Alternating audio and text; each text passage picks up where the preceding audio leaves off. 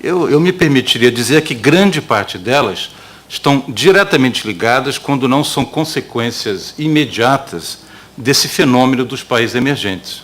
Ou seja, nós temos a crise alimentar, que tem muito a ver com a demanda por alimentos, temos a crise energética, claramente ligado à crescente demanda por energia, sobretudo na Índia e na China, sem falar de outros. A crise financeira tem a ver com todo um rearranjo de quem tem crédito e quem toma crédito, né? Quem toma crédito e quem faz os gastos, os desequilíbrios do chamado G2, ou da China-América. A agenda de segurança também, de uma certa maneira, poderíamos incluir na medida em que surgem países que começam a exercer uma liderança ou ascendência político-militar que também afeta esses equilíbrios, embora há outros elementos, terrorismo e outras questões mais. Então, eu me permitiria sugerir que, na verdade, o acelerado crescimento desses países que está muito por trás destas crises que associamos às transformações da globalização. A pergunta que fica, então, é qual é a reação que esses países vão adotar. Se eles têm, como eu um pouco postulo, um papel central nessas transformações, parece crucial sabermos como eles vão se posicionar. Eles vão procurar apropriar-se das regras do sistema multilateral internacional existente? Ou vão procurar defender mudanças, uma nova conformação radical, seja para atender os novos desafios, ou seja para simplesmente preservar-se ou consolidar-se na mesa de cima? Como vão se relacionar entre si? O pastor Botafogo fez menção a isso. Vão forjar novas alianças? Vão caminhar a sós? A China talvez acha que, se ela, até inícios do século XIX, representava, fala-se, entre 30% a 40% do PIB mundial, por que não imaginar que ela poderia voltar a exercer esse papel? Quem sabe ela imagine que, se ao contrário de séculos passados, quando ela dominou de uma forma pioneira tecnologias como da pólvora, se ela dessa vez não será mais hábil em aproveitar isso para exercer uma dominação mundial. Enfim, esse tipo de ideia um pouco, digamos, megalomaníaco, mas eu acho que são dos componentes centrais que nós devemos ter presente. E a última pergunta que deriva disso é: e os outros? Seja os outros países em desenvolvimento, muitos que vivem fenômenos parecidos, embora talvez em escala diferenciada, e a pergunta é: escala é fundamental nesse debate sobre quem serão os atores fundamentais?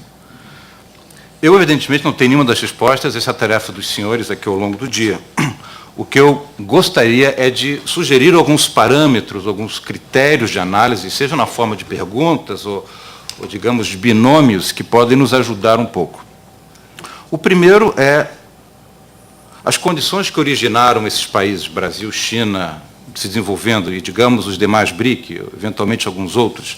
O inventor da sigla, né, o Jimon Neal, também fala dos N11, aqueles próximos 11 que poderiam aceder a algum grau de emergência semelhante ou comparável. A primeira questão que se coloca é se esses BRIC, ou esse fenômeno, é irreversível, ou melhor, se ele é reproduzível, né? Ou as duas coisas.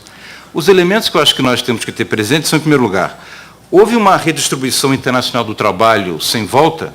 Fala-se que hoje a China representa quase 40% das manufaturas. Isso vai se manter ou não? Podemos falar numa revisão das leis cepalinas, daquelas leis, pensávamos, férreas do Prévios, que dizia que os países produtores de produtos primários estavam condenados a uma periferia capitalista, né?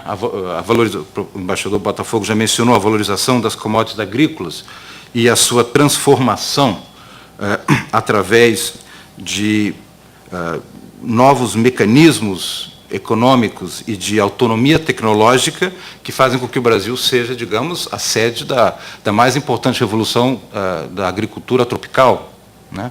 Talvez em alguns aspectos mais importantes do que o que houve na Índia nos anos 60, com a Revolução Verde, porque aqui se trata de realmente, num outro capítulo do desenvolvimento capitalista, pela capacidade de incorporar elementos novos em termos de energia, sobretudo, e sustentabilidade. Também novos paradigmas sobre o que é democracia e, certamente, se a democracia que nós precisamos ou que vai prevalecer uma democracia liberal de mercado, né? A ideia de que o consumismo, de uma certa maneira, e o desenvolvimento econômico, o progresso científico-tecnológico, dentro de uma visão iluminista, nos leva necessariamente a bom termo. Será que isso é possível num mundo em que, pela primeira vez, nós temos metade, 2/3 da população do mundo pretendendo ou aspirando a ter padrões de consumo e de bem-estar comparáveis àqueles, digamos, 20% do mundo para os quais as regras hoje foram criadas, né? Esse novo, eu mencionei o novo equilíbrio macroeconômico entre esses novos países. Será que China, Brasil, Rússia e Índia poderão, entre si, encontrar um novo equilíbrio ou ajudar a encontrar um novo equilíbrio internacional em relação a consumo e produção, que hoje está um pouco, enfim, de uma certa forma, a relação Estados Unidos e China reflete de forma muito desequilibrada? E, por fim, ainda nesse capítulo, isso tudo abre caminho para uma nova onda de BRICS, como eu mencionei. Estamos superando os países em desenvolvimento, eternamente desenvolvimento, mas que jamais saem disso? Ou será que os países, como Brasil e China, tenderão a chutar a escada, né, na expressão daquele coreano conhecido, para que ninguém mais possa subir? Ou será que perceberão que, na verdade, esse novo mundo exige que todos possam também participar? Os componentes ambientais, energéticos, todos vão ter que ser pensados à luz disso tudo.